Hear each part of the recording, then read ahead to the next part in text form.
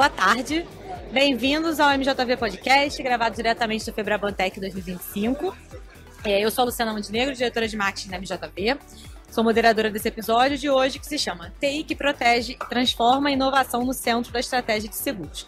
Para me ajudar a conduzir esse tema, novamente, a Adri Malamuti, diretora global executiva da MJV. Seja bem-vinda. E aqui conosco, nosso convidado, Alexandre Muniz, VP de Tecnologia e Operações da Generali Brasil Seguros. Seja muito bem-vindo. Obrigado. Obrigada por estar aqui conosco. O Alexandre vai falar sobre como a tecnologia está redefinindo os bastidores e a linha de frente do mercado segurador. Bom, preparado? Sempre. É uma honra ter você aqui. Vamos lá. Que agradeço. Começar as perguntas. Bom, Alexandre, o setor de seguros é tradicionalmente um setor cauteloso, né? Conservador em adotar novas tecnologias e não só isso, mas em outras, né, em várias questões. Quais foram os principais gatilhos que aceleraram a transformação digital nas empresas do segmento, apesar de ser um setor cauteloso? Eu acho que o setor de seguros, como outras indústrias, né, tiveram assim, um baque muito grande com a pandemia. Né? A pandemia foi, eu diria, que um divisor de águas. Né? Quem não estava investindo em digitalização teve que investir. Né? Então, senão as operações paravam. Né? A gente teve que colocar toda uma empresa em casa. Né? E não é só as pessoas que estão no back-office ou que estão no dia a dia criando produtos, mas também o call center, né? Ninguém, acho que, de fato, imaginou claramente que tinha que colocar operações que raramente funcionam em casa, né? Apesar de já existir tecnologia, à época já existia tecnologia para você colocar as pessoas em casa. Então isso acelerou. Então não só, né, o mercado segurador que teve que fazer, né, muito fortemente investimentos para se atualizar, mas ela também acabou sendo pressionada por outros segmentos que também tiveram que se atualizar. Então acho que foi uma bola de neve e agora é um movimento que quem não fez não consegue sobreviver. Ou seja, é fundamental fazer. Inevitável.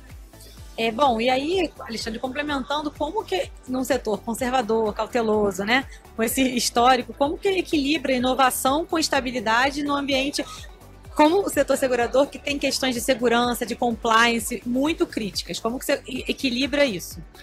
Não é uma coisa fácil, né? Primeiro que acho que piorou muito o contexto de segurança, por exemplo, né? Não só de segurança, mas também de privacidade de dados, né? Então, quando você olha a privacidade de dados do ponto de vista regulatório, ela é muito mais problemática, né? Então, ou seja, tudo que a gente fizer, que a gente faz hoje, você tem que ter esse olhar. Então, a gente tem que adaptar basicamente tudo, desde os contratos que a gente faz, os nossos clientes e fornecedores ao dia a dia, né? Isso torna, às vezes, a empresa um pouco mais engessada.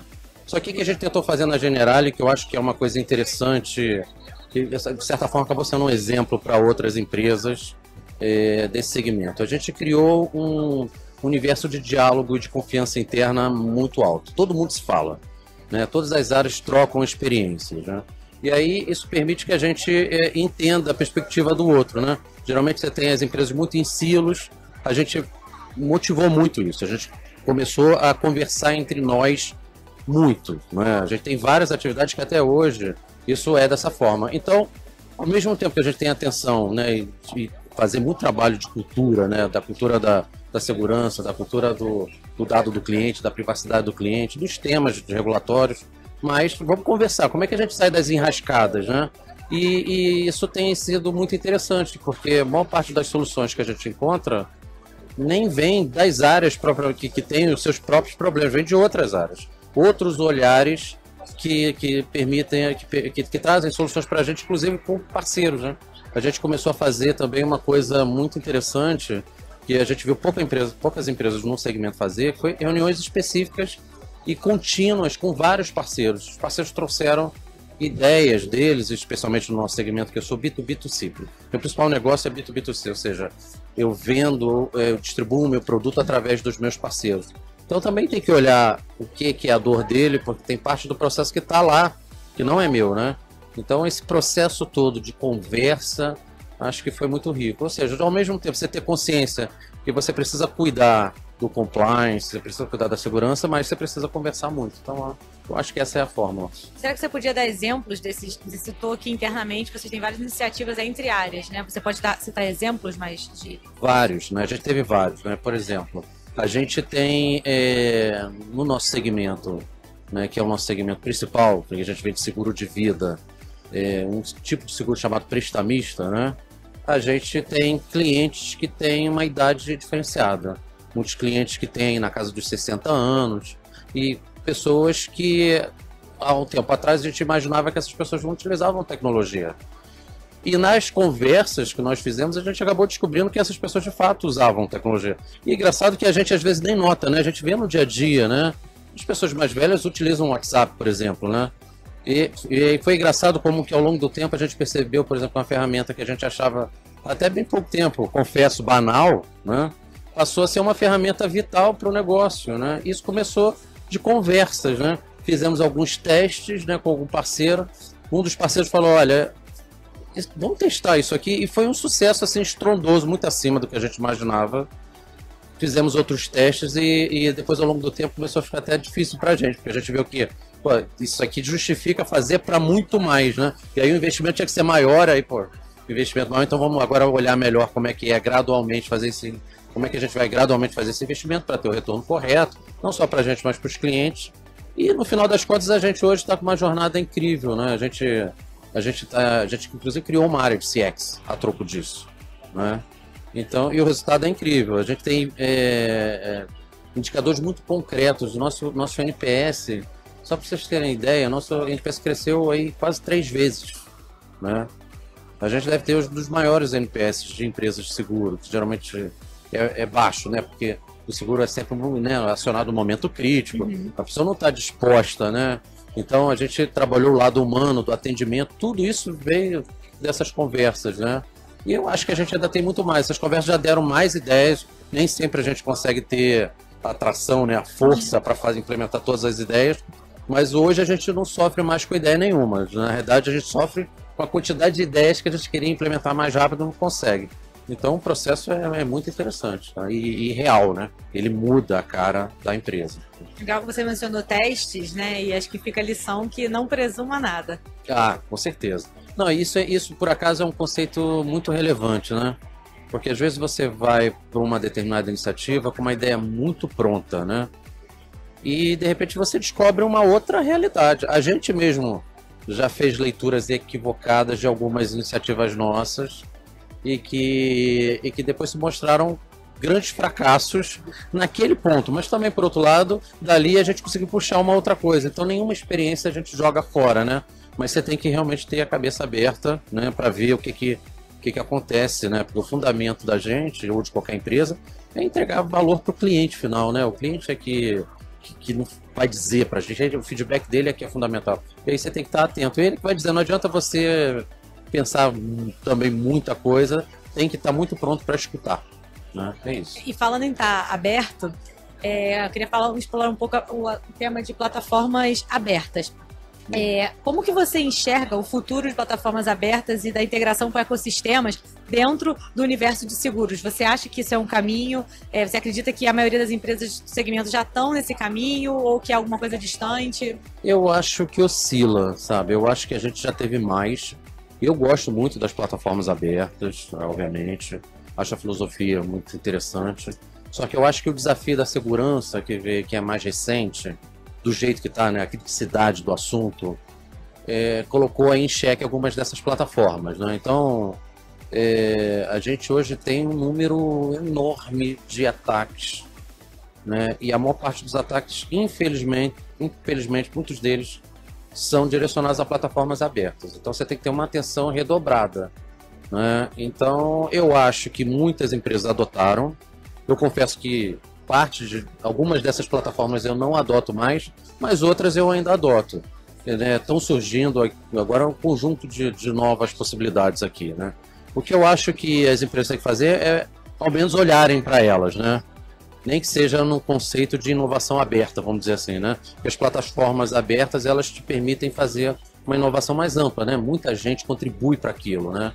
Então, nesse sentido, né, quando você tem, né, um olhar mais cuidadoso, eu acho que elas são válidas, são sempre válidas. Agora, realmente, lidar com segurança hoje em dia é muito mais complicado do que era antes, muito mesmo. Ainda mais, acho que no segmento que vocês atuam, que é um segmento que você está lidando com dados ultra sensíveis. Ultra sensíveis, seja do dado que inicia logo no primeiro momento do relacionamento, que é o dado do cliente, seja no dado pós, né? Vamos dizer assim, né? Quando você tem um sinistro, que ocorre uma morte de uma pessoa, um acidente, uma invalidez ou um furto. Isso são informações também sensíveis, né? Não, essas informações, você deixar elas escaparem é uma coisa muito complicada, né? Por outro lado, também, quanto mais você democratiza, né, os contextos em que esses problemas surgem, né, e que essas informações revelam, melhor você também entende os problemas e cria melhores soluções. Então é um dilema que a gente tem que estar olhando, mas no quesito segurança em especial, a gente teve que fazer um mega investimento. Eu vou te dizer que nos últimos 4 anos a gente fez um investimento inimaginável, né? Eu mesmo confesso que há 4 anos atrás não imaginava. Não se preocupava tanto. Não, me preocupava, mas assim, desse tamanho eu achava que era um tanto exagero, né? Até o momento em que você começa a ver os primeiros problemas que surgem, né? Hoje em dia você tem problemas com muitas empresas grandes, né? Com vazamento de dados. O tempo todo, né? O tempo todo, e criam problemas para os clientes, né, imensos. Imagina, né? Você tem um cliente que fez uma viagem, teve um problema de saúde, do qual ele não tem interesse nenhum que se torne público, né? E esse problema de saúde dele, não for o íntimo dele, sai, né? Fica aí público. Então, assim, é uma questão muito sensível para o mercado segurador especialmente, né? Porque a gente está sempre utilizando informação muito pessoal, né? Então, é um cuidado que a gente tem que ter, e essa atenção ela é constante. Legal, obrigada. Agora falando um pouquinho das tecnologias, né, como inteligência artificial, não tem como escapar dela. Não tem, sim. Automação, APIs, analytics. Quais delas você acredita que têm sido mais estratégicas para aumentar a eficiência e melhorar a experiência do cliente? Olha, se eu for fazer uma avaliação muito realista, né, o que eu vejo é que as ferramentas de automação tiveram um sucesso muito maior do que qualquer outro tipo de ferramenta, né? Mas essas outras ferramentas todas ainda estão num processo que eu acredito que ainda é de amadurecimento, né? Eu acredito que as ferramentas de IA vão definitivamente tomar conta. Inclusive o que a gente já está vendo no mercado e algumas soluções nossas é as ferramentas de automação sendo substituídas ou complementadas por ferramentas de IA, né? Então, eu acho que essas ferramentas todas vieram para ajudar. A questão é que não adianta você também colocar só o ferramental se você não entende o problema, né? Eu acho que muitas empresas falham nisso, né? Cada vez menos, porque acho que também do outro lado os fornecedores de tecnologia, as empresas de tecnologia também estão atentas para isso. Não adianta só você oferecer uma tecnologia e depois ela é caríssima, promete muita coisa e no final das contas não entrega aquilo que você quer, né?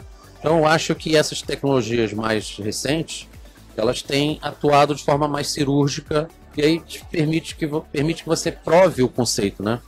A gente, na Generali, só para você ter ideia, algumas áreas, um olhar diferenciado e melhoria processual e em alguns casos de implementação de ferramentas de automação, a gente quase triplicou a produtividade em algumas áreas. É uma coisa incrível isso, né? Permite, por exemplo, a gente teve 44% de crescimento em vendas e 4% de crescimento de custo de tecnologia, né? Então, isso te traz um cenário muito interessante, entendeu? Então, significa que essas ferramentas realmente elas te dão uma contribuição muito, muito relevante, porque estamos falando agora de uma distância muito grande, né? E eu vejo com bons olhos, eu acho, mas se eu tivesse que apostar mais, né?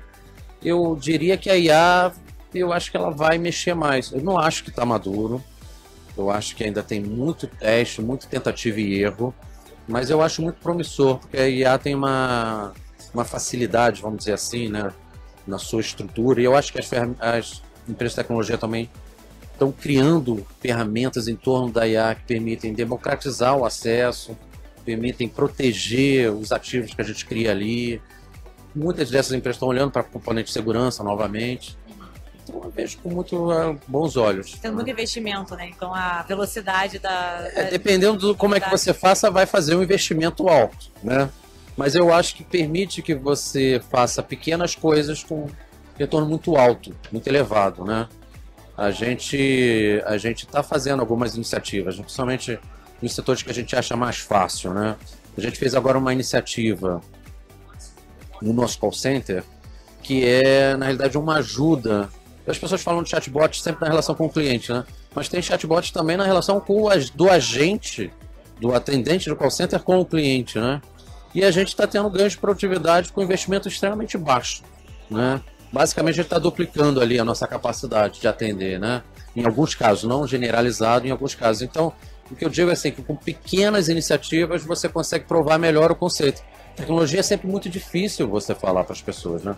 Porque falar aqui com pessoas de tecnologia é fácil, né? Você vai falar com o diretor financeiro, com o diretor comercial, com o diretor que está olhando o preço, né? Uma pessoa de formação técnica. Essas pessoas, elas não têm, talvez, a sensibilidade para o nível de detalhe que a gente trabalha. Então você tem que adequar a tua linguagem e a tua entrega. E eu acho que essas ferramentas possibilitam fazer isso de uma forma mais fácil, né? Então acho que melhorou a vida de quem é de tecnologia, com certeza. Sobre a questão da confiança, tanto quanto Isso. você falou do tratamento dos dados, da adoção das tecnologias, da experiência do cliente, tudo gira em torno de construção de relacionamento de confiança, Sim. tanto internamente, né, quanto externamente, com os clientes e tudo mais. Você pode comentar um pouco mais sobre isso, sobre a importância da confiança, né, para o seu trabalho, para o sucesso do seu trabalho? Eu vou dizer, o que eu posso dizer para você como profissional, olhando para a história da minha carreira, entendeu? Que tudo que deu certo é baseado, calcado em confiança, né? As equipes de alta performance são todas elas baseadas em confiança. Como é que você mede a confiança? Se você tem muito controle, provavelmente você tem pouca confiança. O controle é importante? É. Mas se você está toda hora preocupado com o controle, você não está desenvolvendo relações de confiança. Isso é generalizado, você tem que ter esse olhar na relação com o teu cliente, na relação com o teu parceiro, na relação com as suas equipes. A gente está muito atento a isso, sabe? Especialmente na Generali, eu diria que a Generali, das empresas que eu passei, o Generali Brasil especificamente, que é onde eu tenho, né, onde eu atuo, né? A gente investe muito nisso, a gente é muito olho no olho, a gente está sempre falando um com o outro, né? Esse diálogo cria confiança, né? Porque quando você cria essa abertura, você cria essa transparência, a transparência cria confiança, né? E é muito imediato, sabe? O resultado é avassalador. A gente vê isso em todo canto. E toda vez que a gente não consegue exercer muito bem isso, porque nem sempre se exerce, porque para você exercer confiança, obviamente você tem que ter a cultura da confiança, você tem que ter uma liderança que quer fazer isso, mas você tem que ter o outro lado que também queira, né? Às vezes a gente tá o outro lado dificulta. É uma via de mão dupla. Via de mão dupla. Então, às vezes, a gente nem sempre encontra essa via, né? Mas onde a gente encontra, o resultado é imediato. Então, eu diria que é fundamental. Confiança para tudo. Legal. Obrigada, Alexandre. Para encerrar, já chegamos na última pergunta. Olha, foi rápido. Eu queria saber de você, assim, se você pudesse dar um conselho para outros líderes do setor financeiro, segurador, qual seria o principal ponto de atenção para uma transformação de verdade e não uma transformação que seja apenas nas aparências? Eu acho que a liderança, vou falar especificamente do mercado segurador, né? Eu acho que não dá mais para a gente fazer seguro, né, e tocar uma empresa, gerir uma empresa, como se fazia uns anos atrás, né? Agora o seguro, ele pode ser aplicado em vários níveis do relacionamento entre as pessoas na sociedade, né? Eu acho que se expandiu muito as fronteiras do seguro, né? Mas para você aproveitar isso, você tem que entender do fundamento do seguro, né? Do que ele de fato entrega para a pessoa, né? Vamos dizer assim, essa segurança, aí novamente a palavra a segurança que ele traz para as pessoas, né? Resgatar esse papel social do seguro, eu acho que é cada vez mais relevante, sabe? Eu sinto que a gente durante um tempo se desconectou muito disso, né? E agora até para aproveitar as tecnologias que estão aí fica difícil, né? Porque essas tecnologias estão viabilizando esse olhar diferente. Então eu acho que a liderança nessa indústria em especial, né? Porque como você mesmo disse, indústria paradona, devagar e tal. Mas é uma indústria que eu até vejo está se movendo, né? Eu não acho ela já tão paradona como ela era antes, né? Mas quanto mais a gente investe no que o seguro entrega, né? No seu papel social, em todos os âmbitos possíveis, né?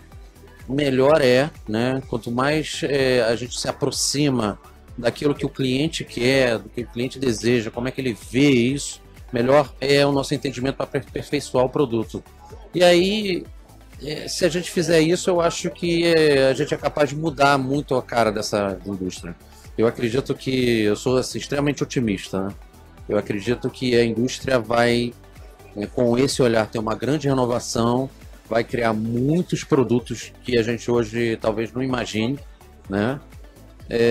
E vai assumir um protagonismo grande, né, no mundo, um mundo que é cada vez mais difícil, né? Um mundo com pandemia, com violência, né, com doenças, com muita insegurança, com dificuldade de empregabilidade, né, com gerações diferentes, né? Esse é o mundo de hoje, né? Então acho que a indústria de seguro tem que assumir o seu lado, né, de interveniente, né, nessa realidade social e criar produtos alinhados com o momento que a gente vive. Então eu acho que é por aí. Obrigada, Alexandre. Foi um prazer ter você aqui. Obrigada pela participação. Obrigada, até a próxima. Obrigado.